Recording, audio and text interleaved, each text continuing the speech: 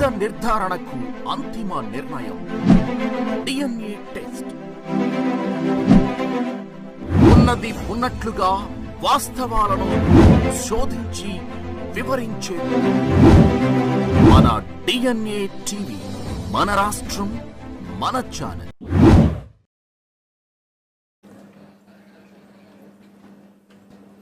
Honorable Minister for Health, Family Welfare and Medical Education, Government of Andhra Pradesh, Sri Satyakumar Yadav Garu, Chairman and also MD, Sri Lalita Hospitals, Raghav Sharma Garu, అదే మరిగా ఈరోజు 6 మందిని ఇక్కడ చూస్తున్నా. 6 మంది డాక్టర్లు. వాళ్ళని చూసినప్పుడు ఒక ఫ్యామిలీ వినూత్నంగా ఆలోచిస్తే ఏం జరుగుతుందో ఈ కుటుంబం ఒక ఉదాహరణ అని చెప్పి మీ అందరికీ తెలియజేస్తున్నా. పమిడి ముక్కల విజయ గారు ఈరోజు ఎండి లలిత హాస్పిటల్స్. ముందు భర్త కార్డియాలజిస్ట్ స్పెషలిస్ట్ అయితే భార్య న్యూరాలజిస్ట్.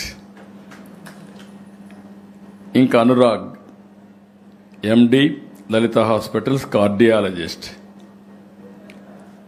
శ్రావంతి ఎండి ఈ హాస్పిటల్లో ఆంకాలజిస్ట్. నరేన్ అగైన్ ఎండి లలిత హాస్పిటల్లో న్యూరాలజిస్ట్. చందన ఎండి ఇక్కడ నెఫ్రాలజిస్ట్. అంటే 6 మంది 5 సూపర్ స్పెషాలిటీ స్పెషలిస్టులు వీళ్ళ ఫ్యామిలీ నుంచే ఉన్నారు. దీనికి మనస్ఫూర్తిగా ఫ్యామిలీని అభినందిస్తున్నా. ఒక భార్యాభర్త ఆలోచిస్తే ఆ ఫ్యామిలీని ఏ విధంగా తీర్దిద్దారో వారిద్దరూ ఒక ఎగ్జాంపుల్ అని చెప్పి కూడా మరొక్కసారి మీ అందరికీ తెలియజేస్తున్నా. ఇద్దరు చండీగఢ్లో చదువుకున్నప్పుడు అక్కడి నుంచి చదువు అయిన తర్వాత ఇక్కడికి వచ్చిన తర్వాత పెళ్లి అయిన తర్వాత ఏం చేయాలని ఆలోచించినప్పుడు ఇప్పుడే చెప్పాడు మా సత్యకుమార్ యాదవ్ గారు. వాళ్ళు బెంగళూరు పోకుండా హైదరాబాద్ పోకుండా ఇక్కడ ప్రారంభించారని. తెలివైన వాళ్ళు కాబట్టి ఇక్కడ ప్రారంభించారు. అక్కడ చేస్తుంటే ఒక డాక్టర్గా మిగిలిపోయేవాడు. అది వాళ్ళ యొక్క విజ్ఞత, వాళ్ళ యొక్క ఇన్నోవేషన్. ఇప్పుడు ఎవ్రీడే నేను మాట్లాడుతున్నాను ఇన్నోవేషన్ గురించి. ఆ ఇన్నోవేషన్కి 34-35 సంవత్సరాలకు ముందే ఆలోచించిన వ్యక్తులు రాఘవ శర్మ, విజయ్ గారు అని చెప్పి కూడా నేను మీకు తెలియజేస్తున్నా. Very good initiative. Collector Saikanth Varma గారు, గౌరవ శాసనసభ్యులు, గౌరవ శాసన పార్లమెంట్ సభ్యులు, ఇక్కడుండే డాక్టర్లు, సిబ్బంది అందరికీ నమస్కారాలు. దశాబ్దాలుగా వైద్య రంగంలో ఉన్న లలితా గ్రూప్ ఆధ్వర్యంలో నేడు గుంటూరులో ఇలాంటి ఆధునిక హాస్పిటల్ వస్తుందంటే ఇప్పుడే నేను ఎంఆర్ఐ దగ్గరికి వెళ్ళాను, సెంటర్కి వెళ్ళాను. ఆ ఎంఆర్ఐని చూస్తే ఫస్ట్ టైం సౌత్ ఇండియాలో ఆ మెషిన్ ఇక్కడికి వచ్చిందంటే అది వాళ్ళ చొరవ, వాళ్ళని అభినందిస్తున్న. అలాంటి ఆధునికమైన హాస్పిటల్కి ఈరోజు మనం ఇక్కడ ప్రారంభించుకున్నాం. ఇంకొక పక్కన రాజధాని నాకు బాగా జ్ఞాపకం, హైదరాబాద్. నేను ముఖ్యమంత్రిని 1995లో నిమ్స్, ఉస్మానియా లేకపోతే గాంధీ ఇలాంటివన్నీ ఉండేటివి. 1-2 చిన్న చిన్న హాస్పిటల్స్, తర్వాత అపోలో ఒకటే కొద్దిగా ఉండేది. ఆ రోజు హాస్పిటల్స్ రావాలని మేము ఆలోచించి గల్ఫ్ నుంచి ఎవరైతే టూరిస్టులు ఉన్నారో హాస్పిటల్ వైద్యం కోసం టూరిజానికి ప్రమోట్ చేసిన రోజులవి. 25 ఏళ్లు Hyderabad one of the best hub for medical treatment. దేశంలో ఎక్కడి నుంచైనా సరే అక్కడికి వచ్చే పరిస్థితికి వచ్చారు. నేను ఈరోజు చెప్తున్నా, రాబోయే 20-25 సంవత్సరాల్లో ప్రపంచంలో ఉండే పేషెంట్లు అమరావతికి వచ్చి ఈ గుంటూరు ఇలాంటి హాస్పిటల్లో ట్రీట్మెంట్ చేసుకునే పరిస్థితికి వస్తారు. దాంట్లో అనుమానమే లేదు. ఈ హాస్పిటల్ చూస్తే 90లో ప్రారంభించి అక్కడి నుంచి ఇవన్నీ చేశారు. ఈరోజు తొలి సూపర్ స్పెషాలిటీ అండ్ బ్రెయిన్ సెంటర్గా ప్రారంభమైన లలిత హాస్పిటల్ ఈరోజు ఒక బ్రహ్మాండమైన హాస్పిటల్గా తయారైంది. 15 లక్షల మంది పేషెంట్లకు ట్రీట్మెంట్ ఇచ్చారు. ఇప్పుడే హాస్పిటల్ మేనేజ్మెంట్ చెప్పారు, పెద్దవాళ్ళకి ట్రీట్మెంట్ ఇస్తే మనవాళ్ళను కూడా మనవరాళ్ళను కూడా ఇక్కడ తీసుకొస్తున్నారని. అది ట్రస్ట్ ఫ్యాక్టర్, అదే లలిత బ్రాండ్. ఒక్కసారి బ్రాండ్ ఎస్టాబ్లిష్ చేస్తే ఆ బ్రాండ్కు తిరుగుండదనే దానికి ఉదాహరణ ఈ లలిత హాస్పిటల్ అని చెప్పి కూడా నేను మీకు తెలియజేస్తున్నా. ఇలాంటి ఎవరికి కూడా విలువలు లేకపోతే మనం లాజికల్గా తీసుకెళ్ళలేం. ప్రజల్లో నమ్మకం రావాలి, విశ్వసనీయత ఉండాలి. అప్పుడే ఏ వ్యవస్థ అయినా మనుగడ సాధిస్తుంది. అలాంటి వన్ ఆఫ్ ది బెస్ట్ ఇన్స్టిట్యూట్ని క్రియేట్ చేసినటువంటి రాఘవ శర్మ గారిని, డైరెక్టర్ విజయ్ గారిని అభినందిస్తున్నా. 7 ఎకరాల భూమి ఉంది, 600 పడకల సామర్థ్యంతో 900 మంది సిబ్బందితో ఏర్పాటైనటువంటి పీవీఎస్ ఇన్స్టిట్యూట్ ఇక్కడ గుంటూరే కాకుండా ఈ ప్రాంత ప్రజలకు వినలేని సేవలు అందిస్తుంది. 32 విభాగాలకు వైద్య సేవలు అందించే ఏకైక సెంటర్ ఇది. Cardiology, neurology, neuro, special spine surgery, joint replacement surgery, ఇలాంటివన్నీ కూడా ఇక్కడ ట్రీట్ చేయబోతున్నారు. అయితే ఇవన్నీ చూసిన తర్వాత నాకు అనిపించింది, వాళ్ళల్లో ఎంతూయాజం చూశాను. అన్నింటికంటే ముఖ్యంగా వాళ్ళ ఐకమత్యం చూశాను. అక్కడ దీపం వెలిగించేటప్పుడు కూడా మహిళలందరూ కలిసి వెలిగించారు, ఒక్కరు చేయలే ఆ పని. 2 అబ్బాయిలు కూడా వాళ్ళు కూడా చేసినప్పుడు 2 కలిసి చేశారు. అంటే one of the best team. ఒకసారి టీమ్ స్పిరిట్ నుండి కలెక్టివ్గా ఆలోచిస్తే ఏదైనా చేయగలుగుతారు. ఈ యొక్క లలిత హాస్పిటల్ ఒక ల్యాండ్ మార్క్ ఇన్స్టిట్యూట్గా తయారు కావాలని మనస్ఫూర్తిగా ఆకాంక్షిస్తున్నా, జరుగుతుందని చెప్పి కూడా ఆశిస్తున్నా. ఇలాంటి సందర్భంలో మనిషికి ఆరోగ్యాన్ని మించిన ఆస్తి లేదు. ఎంత సంపద ఉన్నా ఆరోగ్యం లేకపోతే లాభం ఉండదు. అందుకే నేను ఎప్పుడు చెప్తాను, సంపూర్ణ ఆరోగ్యంగా ఉన్నవాడే నిజమైన ధనవంతుడు.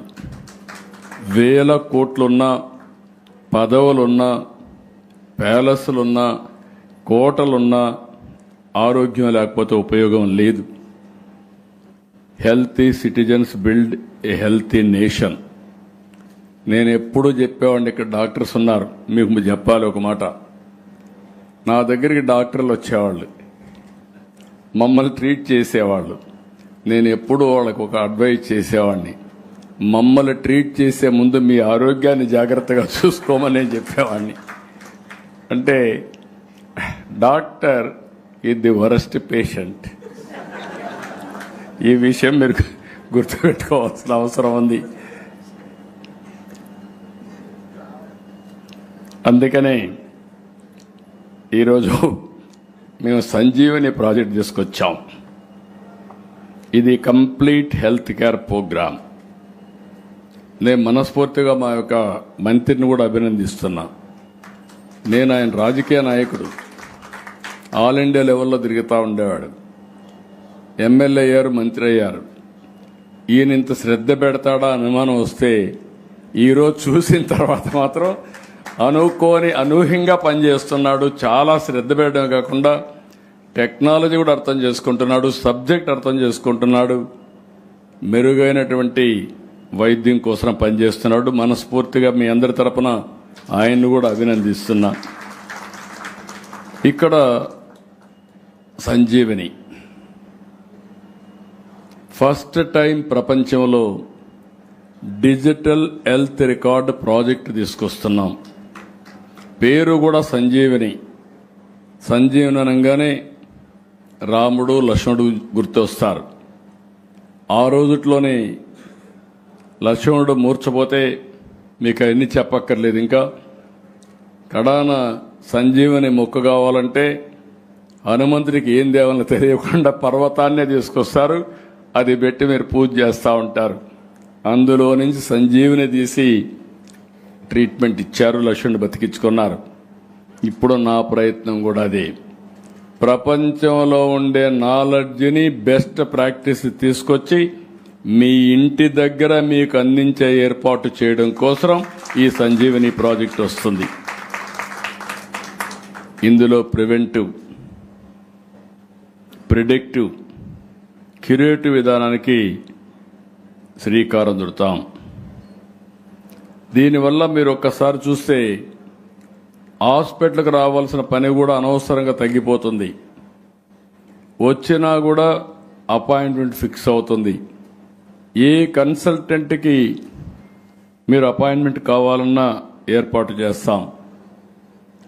రెండోది, ఇక్కడ మీరు చూసినప్పుడు 42 రకాల వైద్య పరీక్షలు ఇంటి దగ్గర చేస్తాం. వల్నరబుల్ పేషెంట్స్ అందరినీ ఐడెంటిఫై చేస్తాం.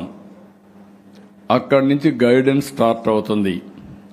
ఏం తినాలి, మందులు ఏ విధంగా వేసుకోవాలి, ఎప్పుడు మళ్ళా హాస్పిటల్కి రావాలి. ఒక విధంగా ఆలోచించాలంటే ఒకప్పుడు పేషెంట్ డాక్టర్ కోసం హాస్పిటల్ కోసం వెయిట్ చేస్తూ ఉంటే ఇప్పుడు గవర్నమెంటే సంజీవని ప్రాజెక్టు ద్వారా ఎప్పటికప్పుడు మీకు గుర్తు చేసే కార్యక్రమానికి శ్రీకారం చుట్టామని చెప్పి కూడా నేను మీకు తెలియజేస్తున్నా. అందులో మీరు చూసినప్పుడు యూనివర్సల్ హెల్త్ కూడా తీసుకొచ్చాం. అందరికీ చిన్న పెద్ద వ్యత్యాసం లేకుండా 2,50,000 పెట్టి యూనివర్సల్ హెల్త్ వస్తుంది. ఎన్టీఆర్ వైద్య సేవ ఉంటుంది, సీఎం రిలీఫ్ ఉంటుంది. పేదవాళ్ళ ఆరోగ్యాన్ని కాపాడడానికి ఏమేం చేయాలో అవన్నీ చేస్తాం. కానీ ఒక్క విషయం నేను మీకు అందరికీ విజ్ఞప్తి చేస్తున్నా. హాస్పిటల్కి వచ్చి, ఈవెన్ లలిత హాస్పిటల్కి వచ్చి బ్రహ్మాండమైన ఆధునికమైన సదుపాయాలున్నా వాళ్ళు ఇచ్చేది మాత్రం ఫార్మాసిటికల్సే ఇస్తారు, కెమికల్సే ఇస్తారు.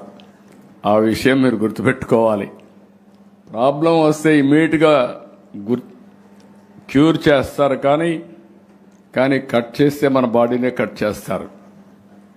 ఆ రెండూ లేకుండా ఉండాలంటే మీలో జాగ్రత్త అవసరం. ఇక్కడ డాక్టర్స్ ఉన్నారు, నేను ముందే చెప్పాను, మీరు పేషెంట్లు కాకుండా చూసుకోమని. అదే మరి ప్రజలందరికీ విజ్ఞప్తి చేస్తున్నా, మీరు కూడా హాస్పిటల్కి పోకపోతే that is the best life. ఆ విషయం గుర్తుపెట్టుకోవాల్సిన అవసరం ఉంది. అందుకే మనం అందరం గుర్తుపెట్టుకోవాలి, తినే తిండి, మన పరిసరాలు, మనం ఆలోచించే విధానం, ఇవన్నీ కూడా చాలా ముఖ్యం. అందుకే నేను ఎప్పుడు చెప్తా ఉంటాను, ప్రభుత్వం ఎన్ని వైద్య సేవలు తీసుకున్నా, ఎన్ని హాస్పిటల్ కట్టినా, ఫైనల్గా ప్రజల మద్దతు లేకపోతే ఏది సాధ్యం కాదు. మంచి అలవాట్లు, మంచి ఆహారం, వ్యాయామం, ఇవన్నీ కూడా మన ఆరోగ్యాన్ని పెంచుకోవడానికి ఉపయోగపడతాయి. ఓసారి అనిపిస్తుంది, మేమేదో మిమ్మల్ని పిలిచి హాస్పిటల్ ఓపెన్ చేసి బిజినెస్ ప్రమోట్ చేయాలంటే మీరు నీతి సూత్రాలు చెప్పి మా హాస్పిటల్కి దెబ్బతీస్తారేమో అనేది చెప్పడిస్తుండే వాళ్ళకు. అందుకని ఇక్కడికి వచ్చినప్పుడు నేను కొన్ని హాస్పిటల్సే కాకుండా యోగాకి ఎక్కువ ప్రాధాన్యత ఇస్తున్నా. ధ్యానానికి ఎక్కువ ప్రాధాన్యత ఇస్తున్నాం, ప్రాణాయామానికి కూడా ఎక్కువ ప్రాధాన్యత ఇస్తున్నాం. ఈ విషయంలో మీరందరూ కూడా గుర్తుపెట్టుకోవాల్సిన అవసరం ఉంది. Food is medicine, kitchen is pharmacy. మనం తినే ఆహారమే మన ఆరోగ్యాన్ని రక్షిస్తుంది. ఒకప్పుడు చూస్తే పాత రోజులు నాకు జ్ఞాపకం వస్తాయి. మా ఫ్యామిలీ ఇంటికి కావలసిన పంటలన్నీ కూడా క్రిమి సంహారక మందులు వేయకుండా, ఎరువులు వేయకుండా పండించే రోజులు. ఈరోజు మనం తినే తిండి చూస్తే మొత్తం యూరియా, తెలుసో తెలియకో విపరీతమైన క్రిమి సంహారక మందులు కొట్టేయడం, అవన్నీ కూడా మనం తినే పరిస్థితికి వస్తున్నాం. రెండోది, ఇప్పుడే మంత్రి గారు కూడా చెప్పారు, 1924 నాసి రకం మద్యం. దానివల్ల చాలా వరకు చాలామందికి ఆరోగ్య సమస్యలు వచ్చాయి. ఇప్పటికి కూడా కోలుకోలేని పరిస్థితి వస్తూ ఉంది. అంటే ఒక దుర్మార్గమైన నిర్ణయం ప్రజల జీవితాలతో ఈ విధంగా చెలగాటమాడుతుంది ఒక ఉదాహరణ. దీనికి తోడుగా ఇటీవల కాలంలో నేను చూస్తున్నా, అందరిలో మెటీరియలిస్టిక్ హ్యాపీనెస్ వచ్చింది. ఆ మెటీరియలిస్టిక్ హ్యాపీనెస్ వల్ల కూడా ఇబ్బందులు వచ్చే పరిస్థితులు వస్తున్నాయి. దీనికి అదనంగా టెక్నాలజీ, నేనే మాట్లాడుతున్నా. ఒకప్పుడు ఐటీ అన్నా, ఇప్పుడు data centre, AI, quantum algorithms, space city, drone city, electronics, aerospace city. అదే మరి మొన్నే పుట్టపర్తిలో మీరు చూస్తే 5th జనరేషన్ ఫైటర్ జెట్ కూడా ఫౌండేషన్ వేసాం. ఇంకొక పక్క మెట్టెక్ పార్క్ కూడా ఏర్పాటు చేశాం. టెక్నాలజీని మనకు బెటర్ లైఫ్కి ఇంటిగ్రేట్ చేసుకోవాలి. నవేడేస్ నేను సెల్ ఫోన్ వాడమంటే సెల్ ఫోన్కి మీరు అడిక్ట్ అయిపోతున్నారు. కొంతమంది వాడడం లేదు. కొంతమందికి ఇంట్లో ఉండే భార్యాభర్త సెల్ ఫోన్లో మెసేజ్లు పెట్టుకుంటారు. ఇంట్లోనే ఉంటారు, పిల్లలు కూడా మెసేజ్లు పెట్టుకుంటారు. అంటే everybody is busy for what? అంటే ఆ హ్యూమన్ రిలేషన్స్ డిస్టర్బ్ అవుతున్నాయి. టెక్నాలజీ కూడా మనం గుర్తుపెట్టుకోవాలి. మనము చూసే విషయాలు కూడా టెన్షన్ క్రియేట్ చేస్తాయి. అక్కడి నుంచి అనారోగ్య సమస్యలకు దారితీస్తాయి. ఈ విషయం కూడా మనం గుర్తుపెట్టుకొని, అందుకే నేను ఇప్పుడు ప్రస్తుత కాలంలో మీరు చూసి ఒత్తిడి, ఆందోళన, ఇంకొక పక్క అన్నిటికీ టైం ఉంటుంది. 10 నిమిషాలు వ్యాయామం చేయాలంటే టైం ఉండదు, నడవాలంటే టైం ఉండదు. నడవడం కూడా మానేశాం. ఎందుకంటే ఒకప్పుడు శారీరకంగా కష్టపడేవాళ్ళం. అలాంటిది ఇప్పుడు ఇవన్నీ పోయే పరిస్థితికి వచ్చాయి. అందుకని ఈరోజు అనారోగ్యం పాలయ్యే పరిస్థితి వస్తూ ఉంది. చిన్న వయసులో పెద్ద జబ్బులు వస్తున్నాయి. నాకే ఆశ్చర్యం వేస్తుంది. ఎప్పుడు నేను వినలేదు. ఒక ట్రీట్మెంట్కి 30 కోట్లు. వ్యక్తి చిన్నవాడు, మామూలు వ్యక్తి. అలాంటి వాడికి ఆ జబ్బు వల్ల 30 కోట్లు. ఆ పేరెంట్స్ అతను బతికించుకోవాలనే తపన. ఇవి మనం చూసినప్పుడు ఇవన్నీ కూడా మనం మళ్ళీ మామూలు పరిస్థితి రావాలంటే వినూత్నంగా ఆలోచించాల్సిన అవసరం ఉంది. అందుకే నేను ముందే చెప్పా, యోగా, ధ్యానం ఇలాంటివన్నీ మనం చేయాలని. ఈ సంవత్సరం మీరు చూస్తే లాస్ట్ ఇయర్ ప్రధానమంత్రి గారిని మనస్ఫూర్తిగా అభినందిస్తున్నా.